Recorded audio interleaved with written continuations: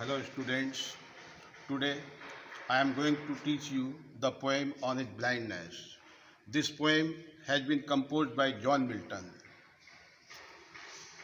This poem is prescribed for the students of class 12 in UP board. Actually, in this poem, the poet expresses his grief at the loss of his eyesight. John Milton became blind at the age of 44. In this poem, he expresses his grief. Let us start the poem. When I consider how my light is spent ere half my days in this dark world and wide. एर का मतलब होता है before, light का मतलब है रोशनी और consider का मतलब है विचार करना. व्हेन आई कंसीडर, जब मैं ये सोचता हूँ कि मेरे आँखों की रोशनी कैसे चली गई, एर हाफ माई डेज, मेरी आधी आयु से पूर्व ही, in this dark world and wide, इस अंधकार में और विस्तृत संसार में मेरी आँखों की रोशनी मेरी आधी आयु से पहले ही कैसे चली गई. जब मैं इस पर विचार करता हूँ तो ये संसार मुझे बहुत अंधकार में और विस्तृत प्रतीत होता है.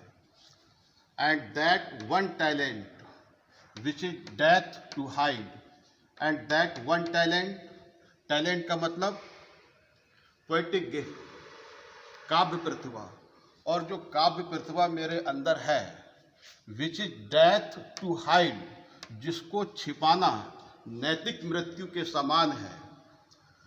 लॉस्ट विद मी यूजलेस, वो प्रतिभा मेरे अंदर यूजलेस पड़ी है, मैं उसका प्रयोग नहीं कर पा रहा हूँ ड्यू टू ब्लाइंडनेस. दो माई सोल मोर बेंट, यद्यपि माई सोल, मेरी आत्मा, मोर बेंट, बहुत आतुर है. बेंट का मतलब आतुर. टू सर्व, सेवा करने के लिए. Therewith my maker, maker का मतलब है यहाँ पे गॉड, ईश्वर. यद्यपि मेरी आत्मा ईश्वर की सेवा करने के लिए बहुत आतुर है. And present my true account, कवि कहता है after my death, when I will present myself before God, अपनी मृत्यु के बाद जब मैं अपने आप को ईश्वर के सामने पेश करूंगा, माई ट्रू अकाउंट, तो मेरा लेखा जोखा देखा जाएगा. लेस्ट ही रिटर्निंग चाइल्ड, चाइल्ड का मतलब है डांटना. तो कवि कहता है कि जब मेरा लेखा जोखा देखा जाएगा तो ईश्वर मुझे चाइल्ड करेगा, स्कोल्ड करेगा, मुझे डांटेगा. Doth God exact day labour light denied, I fondly ask. कभी मूर्खतापूर्ण एक प्रश्न करता है कि क्या ईश्वर को ऐसे व्यक्ति से भी दिन के शारीरिक परिश्रम की आवश्यकता है जिसके आंखों की रोशनी छीन ली गई हो. But patience to prevent that murmur soon replies, God doth not need either man's work or his own gifts. अर्थ देखिए, बट पेशेंस, पेशेंस का मतलब है धैर्य. यहाँ पे पेशेंस को पर्सोनिफाइड किया गया है, मानवीयकरण कर दिया गया है. लेकिन धैर्य यानी उसकी अंतरात्मा, टू प्रिवेंट, प्रिवेंट का मतलब रोकना, रोकती है. दैट मर्मर, मर्मर का मतलब है कंप्लेंट, शिकायत. ये शिकायत करने के लिए उसकी आत्मा उसको रोकती है. सून रिप्लाइज, और शीघ्र ही उत्तर देती है. क्या? God doth not need either man's work or his own gifts. ईश्वर को डथ का मतलब डज नॉट नीड। ईश्वर को मनुष्य के कार्यों की आवश्यकता नहीं है, ना ही उसके द्वारा दिए गए उपहार को बदले में प्राप्त करने की कुछ आशा है। यानी ईश्वर को मनुष्य के कार्य की आवश्यकता नहीं है, और ना ही जो गिफ्ट ईश्वर ने प्रदत्त किए हैं मनुष्य के लिए, उसके बदले में कुछ लेने की उसकी आशा है। Who best bear his mild yoke।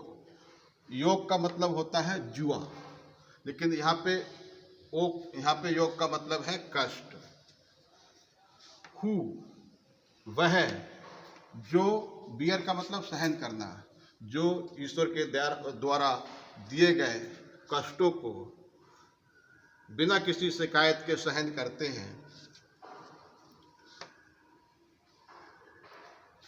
They serve him best. वे ही उसकी सेवा अच्छे से करते हैं। ईश्वर के द्वारा दिए गए मिसफॉर्चून, ईश्वर के द्वारा दिए गए कष्टों को जो धैर्यपूर्वक सहन करते हैं, बिना शिकायत के सहन करते हैं, वही उसकी सेवा अच्छे से करते हैं। His state is kingly. His state स्थिति, इज किंगली उसकी स्थिति राजाओं जैसी है। ईश्वर राजा है। Thousands at his bidding speak. Thousands हजारों, बिडिंग आदेश, and post over land and ocean without rest. कभी कहता है कि उसकी सेवा करने के लिए, उसका आदेश मानने के लिए हजारों एंजल्स हैं, हजारों देवदूत हैं, जो पृथ्वी पर और समुद्र में बिना किसी आराम के हमेशा तैनात रहते हैं। कभी कहता है कि मनुष्य को